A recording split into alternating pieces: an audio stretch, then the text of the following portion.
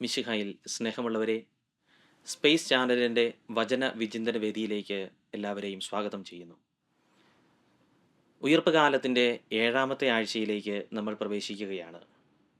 ഈ ഞായറാഴ്ചത്തെ പഴയ നിയമ പുതിയ നിയമ വായനകളിലൂടെയൊക്കെ നമ്മൾ കടന്നു പോകുമ്പോൾ നമുക്ക് ലഭിക്കുന്ന ഒരു ബോധ്യം എന്നുള്ളത്, ക്രിസ്തു ശിഷ്യൻ്റെ ജീവിതം എന്ന് പറയുന്നത്, കത്തോലിക്കാ വിശ്വാസം എന്ന് പറയുന്നത് സ്വർഗത്തെ ലക്ഷ്യമാക്കിക്കൊണ്ട് ഒരു യാത്ര ചെയ്യേണ്ടവരാണ് നമ്മൾ എന്നുള്ളൊരു ബോധ്യം നമുക്ക് ലഭിക്കുന്നുണ്ട്.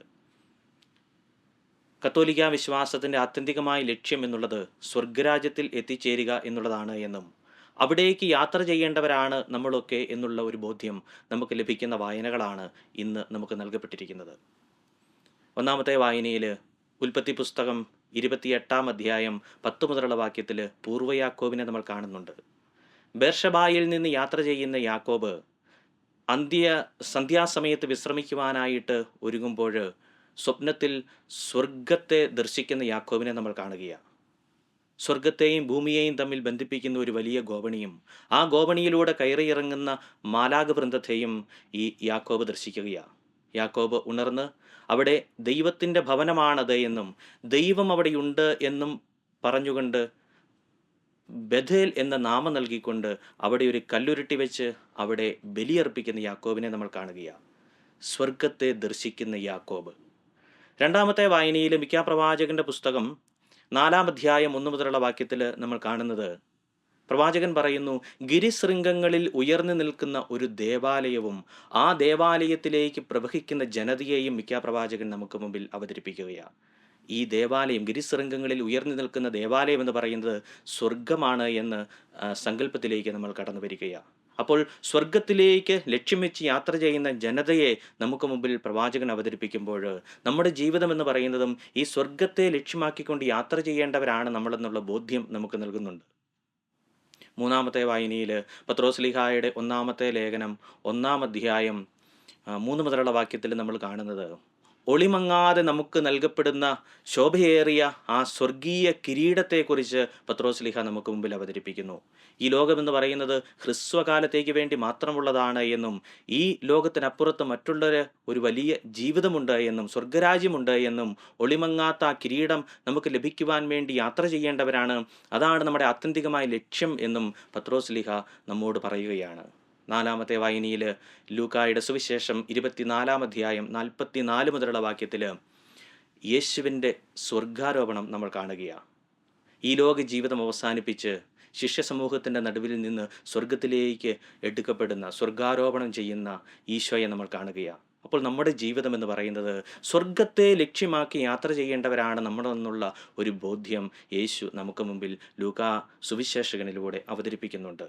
അതുകൊണ്ട് സ്നേഹമുള്ളവരെ, ഇന്നത്തെ വായനകളിലൂടെയെല്ലാം കടന്നു പോകുമ്പോൾ നമ്മുടെ ജീവിതത്തിൻ്റെ ആത്യന്തികമായ ലക്ഷ്യമെന്ന് പറയുന്നത് സ്വർഗത്തെ ലക്ഷ്യമാക്കി യാത്ര ചെയ്യേണ്ട തീർത്ഥാടക സമൂഹമാണ് നമ്മൾ എന്ന് സഭ നമ്മെ ഓർമ്മിപ്പിക്കുകയാണ്.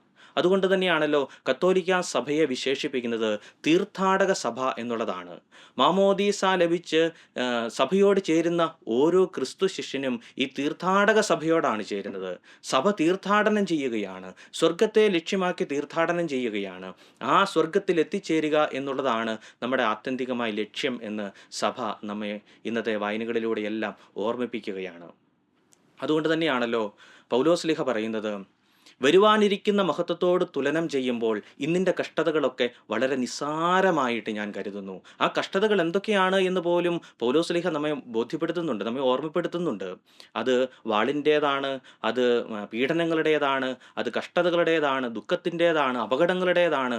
ഈ പീഡനങ്ങളും വേദനകളും ഒക്കെ വളരെ നിസ്സാരമായിട്ട് പൗലോസ്ലീഹായ്ക്ക് കാണുവാൻ സാധിച്ചത് ഈ സ്വർഗത്തെ ലക്ഷ്യമാക്കി പൗലോസ്ലീഹ യാത്ര ചെയ്തുകൊണ്ടാണ്. അതുകൊണ്ടാണ് വരുവാനിരിക്കുന്ന മഹത്വത്തോട് തുലനം ചെയ്യുമ്പോൾ ഇന്നിൻ്റെ കഷ്ടതകളൊക്കെ നിസ്സാരമായിട്ട് ഞാൻ കരുതുന്നു എന്ന് പൗലോസ്ലീഹ നമ്മെ ബോധ്യപ്പെടുത്തുന്നതും ഓർമ്മപ്പെടുത്തുന്നതും. പക്ഷേ സ്നേഹമുള്ളവരെ, നമ്മുടെ ജീവിതം എന്ന് പറയുന്നത് പലപ്പോഴും ഈ ലോക ജീവിതത്തിൽ മാത്രം അവസാനിക്കുന്ന ഒരു കാഴ്ചപ്പാടിലേക്ക് മാറിപ്പോവുകയാണ്. അതുകൊണ്ട് തന്നെയാണ് നമുക്ക് പലപ്പോഴും നമ്മുടെ സമ്പത്ത് കിട്ടാതെ വരുമ്പോഴോ, ആഗ്രഹിക്കുന്ന ജോലി ലഭിക്കാതെ വരുമ്പോഴോ, അല്ലെങ്കിൽ കഷ്ടതകളും ദുരിതങ്ങളും രോഗങ്ങളും ഒക്കെ ജീവിതത്തിൽ വന്നു പോകുമ്പോഴോ നിരാശയിൽ അകപ്പെട്ട് നമ്മുടെ ജീവിതം നഷ്ടപ്പെട്ടു പോകുന്ന ഒരവസ്ഥയിലേക്ക് നമ്മൾ വരുന്നത്. പക്ഷേ സ്നേഹമുള്ളവരെ, നമുക്ക് സ്വർഗത്തെ ലക്ഷ്യമാക്കിയാണ് യാത്ര ചെയ്യേണ്ടവർ എന്നുള്ളൊരു ബോധ്യം, കത്തോലിക്കാ വിശ്വാസത്തിൻ്റെ അടിസ്ഥാനം എന്ന് പറയുന്നത് ഈ സ്വർഗീയ ജീവിതമാണ് എന്നുള്ളൊരു ബോധ്യവും കാഴ്ചപ്പാടും ഇന്നത്തെ വായനകളെല്ലാം നമുക്ക് നൽകുന്നുണ്ട് എന്ന് നമുക്ക് ഓർമ്മിക്കാം. അതുപോലെ തന്നെ മറ്റൊരു വലിയ ചിന്ത എന്ന് പറയുന്നത്, ഈ സ്വർഗീയ ജീവിതത്തിൻ്റെ മുന്നാസ്വാദനം നമുക്ക് ലഭ്യമാകുന്നത് നമ്മുടെ ദേവാലയങ്ങളിലൂടെയാണ്. ദേവാലയം എന്ന് പറയുന്നത് സ്വർഗവും ഭൂമിയും തമ്മിൽ ബന്ധിക്കുന്ന ഇടമാണ്. ദൈവത്തിൻ്റെ രാജ്യം സ്വർഗത്തിലെ പോലെ ഭൂമിയിലുമാകണമേ എന്ന് നമ്മൾ പ്രാർത്ഥിക്കുമ്പോൾ ആ രാജ്യം യഥാർത്ഥത്തിൽ സാധ്യമാകുന്നത് ദേവാലയങ്ങളിലാണ് എന്നുള്ളൊരു ബോധ്യവും കൂടി വായനകൾ നമുക്ക് മുമ്പിൽ അവതരിപ്പിക്കുന്നുണ്ട്. അതുകൊണ്ട് തന്നെയാണല്ലോ പൂർവ്വ യാക്കോബ് ബേർഷബായിൽ നിന്നുള്ള യാത്രയിൽ സ്വപ്നം കാണുമ്പോഴും അവിടെയൊരു ദൈവത്തിൻ്റെ ഭവനമാണെന്ന് പറഞ്ഞുകൊണ്ട് ബലിയർപ്പിക്കുന്ന ആദ്യത്തെ ദേവാലയവും ബലിയർപ്പിക്കുന്നതും അവിടെ നമ്മൾ കാണുകയാണ്, ബഥേൽ എന്ന സ്ഥലത്ത്. അതിനുശേഷം വീണ്ടും മിക്കാ പ്രവാചകൻ പറയുന്നത് എന്താണ്? മിക്കാ പ്രവാചകൻ രണ്ടാമത്തെ വായനയിൽ പറയുന്നത് ഗിരിശൃംഗങ്ങളിൽ ഉയർന്നു നിൽക്കുന്ന ദേവാലയത്തെ പറ്റിയാണ്. ഈ ദേവാലയത്തിലേക്ക് യാത്ര ചെയ്യുന്ന ജനതകളെ പറ്റിയാണ് മിക്കാ പ്രവാചകൻ പറയുന്നത്. അവിടെ ഒരു ദേവാലയത്തിൻ്റെ സങ്കല്പവും നമ്മൾ കാണുന്നുണ്ട്, അല്ലെങ്കിൽ ഒരു ചിത്രം നമ്മൾ കാണുന്നുണ്ട്. അതുപോലെ തന്നെ ഈ നാലാമത്തെ വായനയിൽ ലൂക്കായുടെ സുവിശേഷത്തിൽ പറയുന്നത് എന്താണ്? ശിഷ്യന്മാർ സദാസമയവും പ്രാർത്ഥിച്ചുകൊണ്ട് ദൈവത്തെ സ്തുതിച്ചുകൊണ്ട് ദേവാലയത്തിൽ തന്നെ കഴിഞ്ഞുകൂടി എന്നുള്ളതാണ്.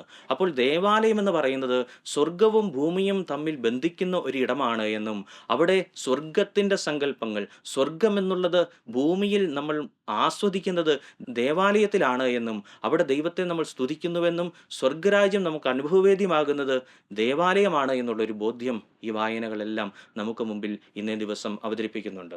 ഈ ദേവാലയത്തെപ്പറ്റി നമ്മൾ ചിന്തിക്കുമ്പോൾ പഴയ നിയമത്തിൽ ദേവാലയം നമ്മൾ കാണുന്നത് എവിടെയാണ്? ദൈവത്തിൻ്റെ സാന്നിധ്യം വാഗ്ദാന പേടകത്തിലാണ് നമ്മൾ ഈ ദൈവ സാന്നിധ്യം കാണുന്നത്. പുറപ്പാട് പുസ്തകത്തിൽ ഈ ഇസ്രായേൽ സമൂഹം യാത്ര ചെയ്യുമ്പോൾ ഈ വാഗ്ദാന പേടകം മുമ്പേ നടക്കുകയാണ്, അതിന് പിമ്പേ അവർ നടക്കുകയാണ്. വീണ്ടും എവിടെയെങ്കിലും അവർ തമ്പടിക്കുന്നുണ്ടെങ്കിൽ ഒരു കൂടാരം കെട്ടി വാഗ്ദാന പേടകം അവിടെ സ്ഥാപിച്ചതിന് ശേഷം ഇതിന് ചുറ്റുമാണ് അവർ ഓരോരുത്തരും താമസിക്കുന്നത്, ടെൻ്റടിച്ച് താമസിക്കുന്നത്. അതിനുശേഷം വാഗ്ദാന ഭൂമിയിൽ എത്തിക്കഴിയുമ്പോൾ ദാവീദ് മഹാരാജാവിൻ്റെ കാലം കഴിഞ്ഞ് സോളമൻ മഹാരാജാവിൻ്റെ കാലഘട്ടമാകുമ്പോഴേക്കും മനോഹരമായിട്ടുള്ള ഒരു ദേവാലയം അവിടെ പണിയുകയാണ്, ജെറൂസലേം ദേവാലയം. ആ ദേവാലയത്തിൽ ചുറ്റുമായിരുന്നു അവരുടെ ജീവിതം എന്ന് പറയുന്നത്. ബലിയർപ്പിക്കുവാൻ അവർ ദേവാലയത്തിലേക്ക് പോകുന്നു, ദൈവത്തെ ആരാധിക്കുവാനായിട്ട് ദേവാലയത്തിലേക്ക് പോകുന്നു. ഈ ദേവാലയത്തിൽ കേന്ദ്രീകൃതമായിട്ടുള്ളൊരു ജീവിതമായിരുന്നു അവർ നയിച്ചിരുന്നത്. വീണ്ടും വിപ്രവാസത്തിൽ പോകുമ്പോൾ അവർ ചിതറിക്കപ്പെടുമ്പോഴും ഈ ദേവാലയം നശിച്ചു പോകുമ്പോഴും അവർ തിരിച്ചു വരുമ്പോൾ അവരെ ഒന്നിപ്പിച്ച് നിർത്തുന്നത് വീണ്ടും ഒരു ദേവാലയം പണിതുകൊണ്ട് തന്നെയാണ്. അതുതന്നെയാണ് ഈശോയുടെ കാലഘട്ടത്തിൽ നാം കാണുന്ന ജെറൂസലേം ദേവാലയവും. നമുക്കറിയാം ഈ ദേവാലയത്തിൽ കേന്ദ്രീകൃതമായിട്ടുള്ളൊരു ജീവിതമായിരുന്നു അവരുടേത്. അത് ദേവാലയം എന്ന് പറയുന്നത് സ്വർഗത്തിൻ്റെ മുന്നാസ്വാദനമാണ്, സ്വർഗവും ഭൂമിയും തമ്മിക്കുന്ന ഒരു ഇടമാണ് എന്നുള്ളൊരു കാഴ്ചപ്പാട് നമുക്കുണ്ടാകട്ടെ. സ്നേഹമുള്ളവരെ, ഇന്നത്തെ നമ്മുടെ ഇടവക ദേവാലയവും എല്ലാം ഇതുതന്നെയാണ്. നമ്മൾ ദൈവത്തിന് വേണ്ടി മനോഹരമായൊരു ആലയം പണിത് കൊടുത്തിരിക്കുന്നു. ആ ആലയത്തിന് ചുറ്റും നമ്മൾ ഓരോരുത്തരും ജീവിക്കുന്നു. ഈ ആലയത്തിലേക്ക് നമ്മൾ പ്രവഹിക്കുന്നു, ജനതകൾ പ്രവഹിക്കപ്പെടുന്നു. ഈ ആലയത്തിൽ നമ്മൾ ദൈവത്തെ സ്തുതിക്കുന്നു, ആരാധിക്കുന്നു.